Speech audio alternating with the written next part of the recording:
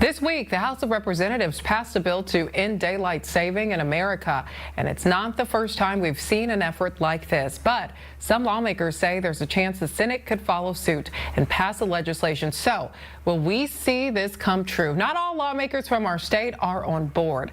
To shine some light on this topic, we're joined by Ann Dwan with the Seattle Times. Thanks for being here, Ann. And thank you for having me.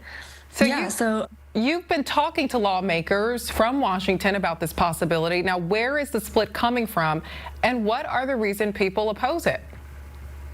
I think living in a state where it gets so dark so early in the winter and so it's still so bright so late in the summertime, there's a lot of disagreement on whether or not daylight saving time or permanent daylight saving time is good for our health and good for our mental health. And Washington's lawmakers have been split on whether or not we should switch to a permanent daylight saving system, with some leaders like Senator Patty Murray really advocating for it and others saying that it's bad for our health.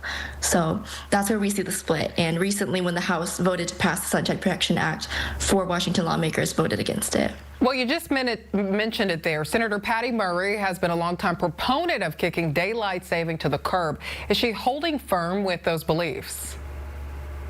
It looks like she will be. So as the bill is approaching the Senate and getting ready to be voted on, Patty Murray has voiced her support on social media and in a statement released recently. But the bill has also faced some opposition in the Senate, including from Senate Majority Leader John Thune. So we'll see how that goes. Well, you spoke to a doctor with UW Medicine for this story. What did he tell you about the physiological impacts to people in our state if daylight saving ends? Yes, I spoke with Dr. Nick Watson from UW Medicine. He's a neurologist, and he shed light on the fact that people in the western edge of the state, so for example, people living in Seattle as opposed to cities in eastern Washington, might face having to adjust to an earlier schedule. So it'll feel like you're waking up and living your day earlier than you usually would be. And that has some negative health consequences because we're off balancing our circadian rhythm. And that's negative physical and mental health consequences. So from his perspective, he said that the Sunshine Protection Act is not a great idea.